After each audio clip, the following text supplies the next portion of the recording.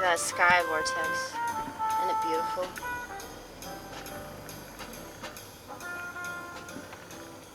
You know what's especially beautiful? Being able to make a left-hand turn and not getting plowed into by a car that's coming from the opposite direction. That's awesome. If you're familiar with this channel, you know that that's happened to me. Twice. It's happened twice.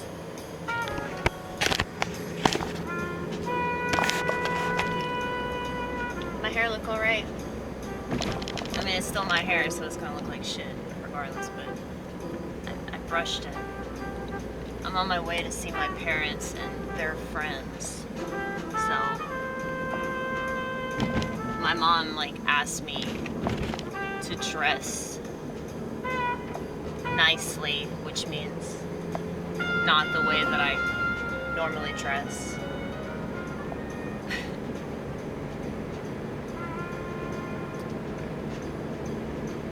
You know, I'm pretty sure that my mom is the narcissist that I've always accused my dad of being. But we look at women differently than we look at men. And this will always be a fact. And it doesn't matter how much society manipulates men and women. This is still always going to be a fact.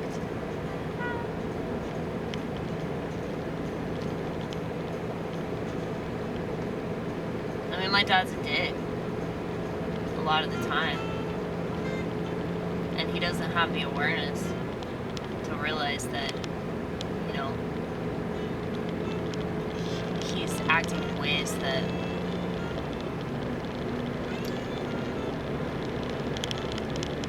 aren't going to paint him in that good of a light. I couldn't see that for the longest time.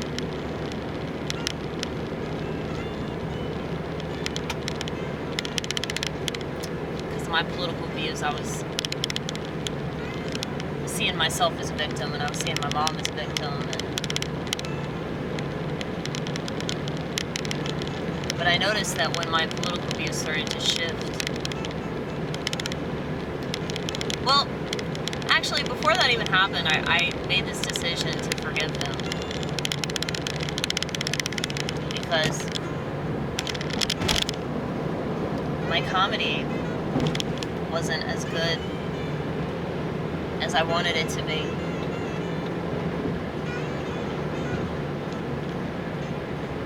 Because I was bitter.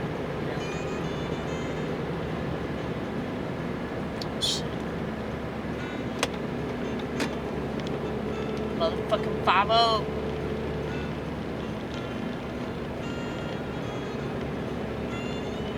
They usually don't park over there. I guess that was a smart decision on their part. Because I usually can pinpoint where the fuck they are. But, yeah, I did comedy last night at the very first place where I ever did comedy. And I didn't want to do comedy at this place because of my personal politics. They're very, very leftist. They're trying to pretend that they're Portland, essentially. Okay? I hear that in Portland and Los Angeles and New York City, there's just a lot of rules at many of these mics. You just can't say certain things, you know?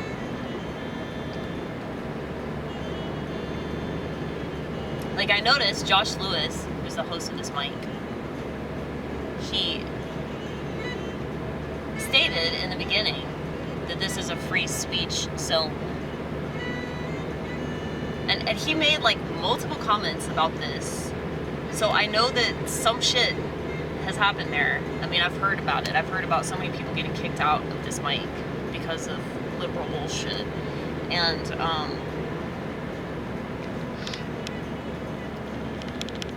you know, they were pretending that we live in a blue state and trying to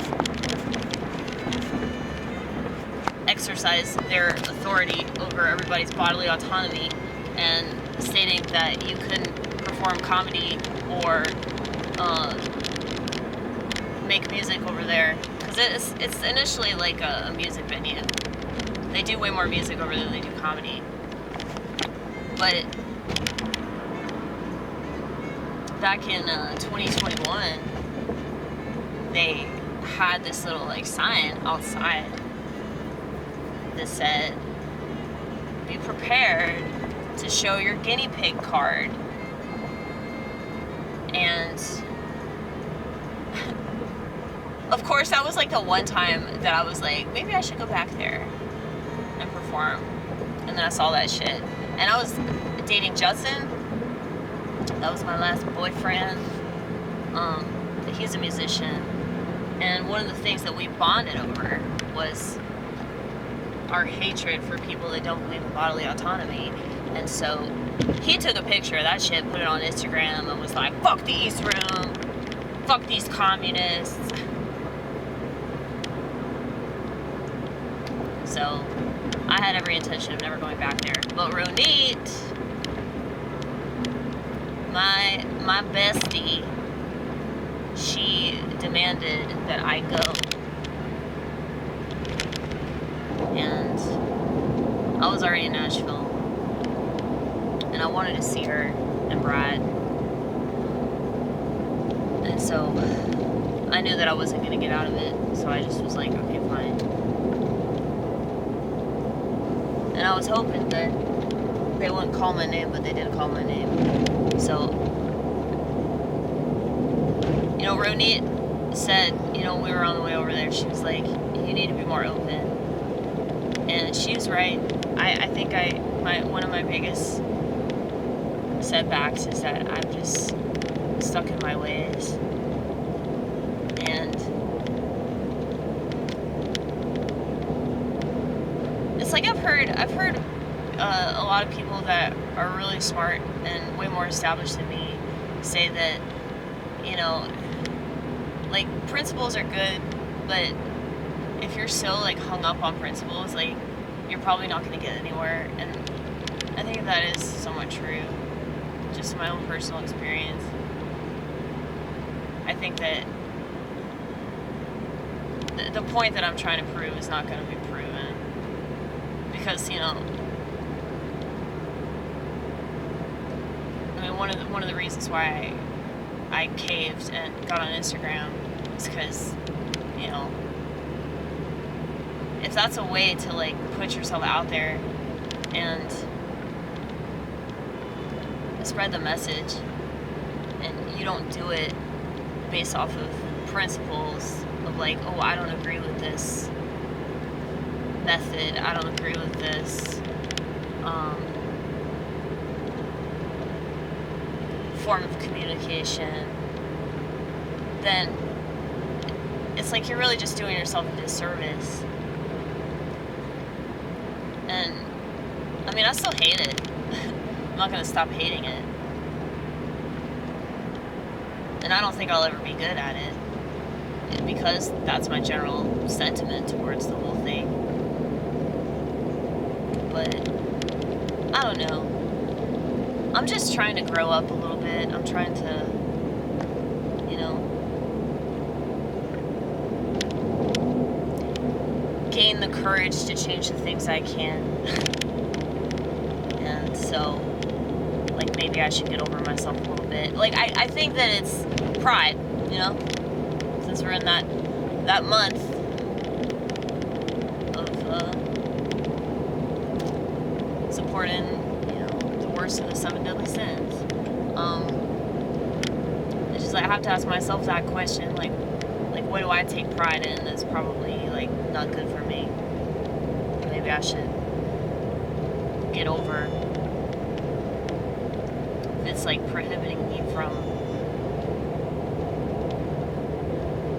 helping people. You know, if it's prohibiting me from being able to reach people that I could have reached if I wasn't such a fucking tight ass about principles, you know? But yeah, I know that I'm growing as a person because I watch my comedy set. Like, I usually wait to do that because I don't want to. But it was a lot better than I thought it was going to be.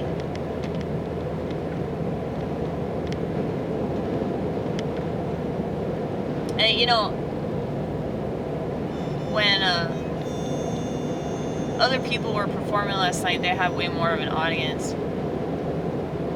And they didn't do as well as I did, and I had way less people watching. So I think that they're just so perplexed by what I'm doing, like, because I'm such a weird person. I'm such an awkward girl, you know, and I promise I'm not a pick-me, okay? I do not want to get picked. I do not. If you were thinking about picking me, think again, okay? Pick somebody else, please. But yeah, you know, something I noticed about other female comics, it's like, yeah, so many of them talk about sex. I mean, so many dudes talk about sex too, and it's just so boring, you know? Like, there was this guy that was just talking about how he can't get a girlfriend. He talked for 4 fucking minutes. Like, it reminded me of a female set. So it's good for me to, like, sit there and listen to all of these other sets because it lets me know, like, where we are as a society and, like, what people think is funny and what people think is important and what people think is, like, relevant. And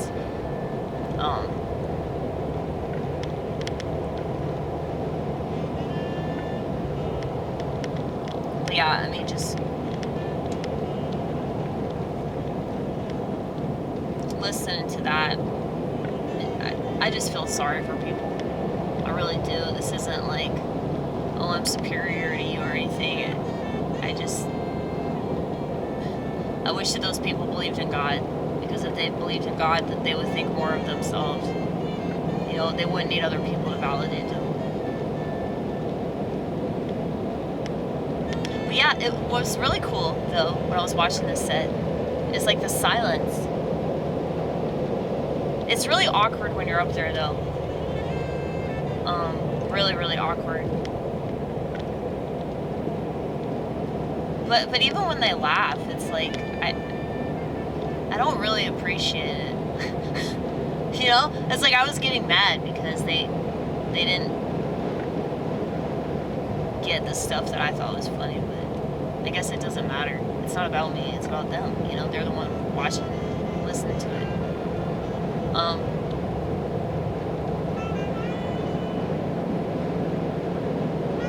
But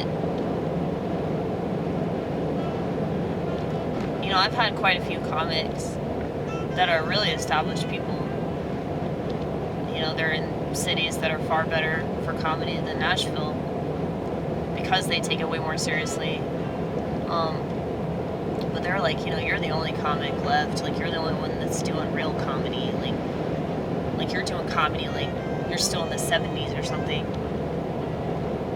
They're just saying that because I remind them of Andy Kaufman. But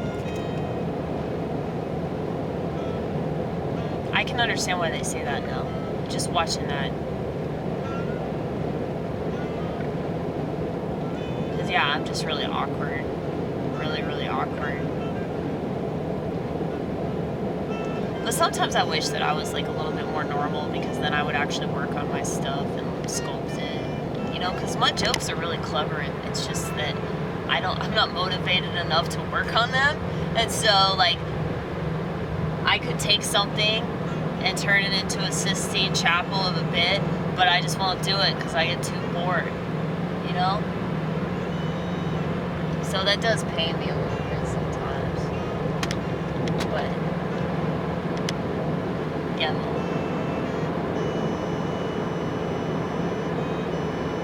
So I guess I'm back in the comedy game though.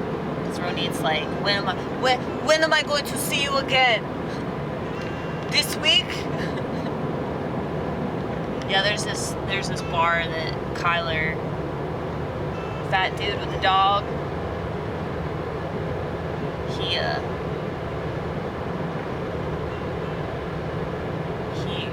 wants me to come out to this bar. It's called the Grandpa Bar. And it's right next to this other comedy venue. It's not very good.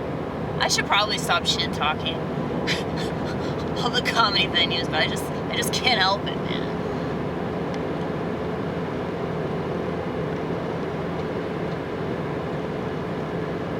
But yeah, he said that this mic is like the best mic because there are actual people there.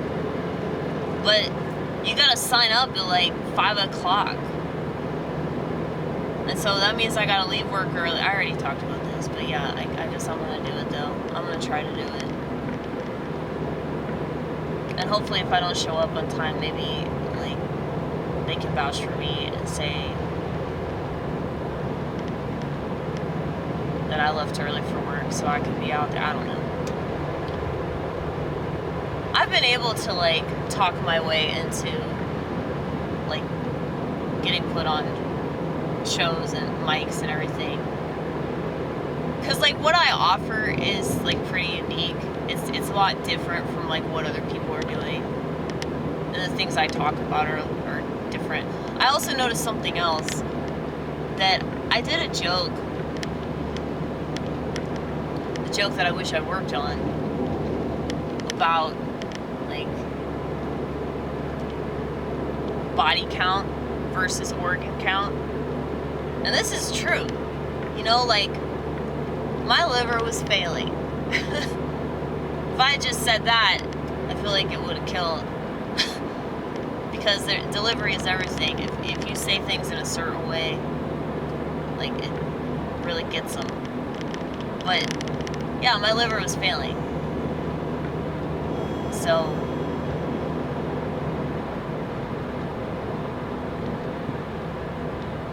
people want to make such a big deal about how many dudes a chick has slept with. But, you know, I was an alcoholic at the time, so the last thing on my mind was, you know, purity. But, like, yeah.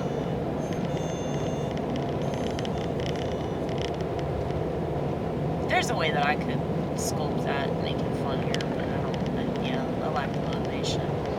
But yeah, like that though was like something that people were talking about.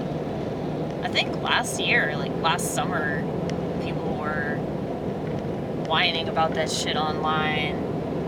All these traditional men who spend more time online than they do with their children, or like, you know,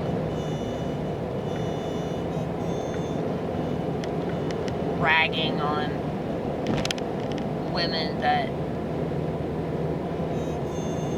have slept with a bunch of guys, you know. But it's like, this is not the world that we used to live in, you know. Obviously, like, people care more about relevance than anything. Like, if I made that joke, like, when it was actually relevant, yeah, it probably would have killed. But because it's not relevant anymore, because nobody's talking about that, it just kind of shows you how, like, outdated I am, you know? Because I don't want to worry about that. Like, oh, well, I can't talk about this anymore because it's not fresh anymore. Like, because I feel like these things will always be relevant. Like, just because people aren't talking about it, like, that's a huge problem with this world, is that we rely on other people to tell us, like, what's important. And, okay, nobody's bringing this up, so I'm not going to bring it up, you know? It doesn't make sense to me.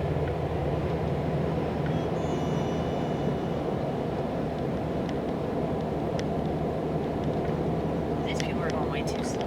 I really don't want to get behind this guy, but I guess I'm going to have to do it so I can get off of this exit.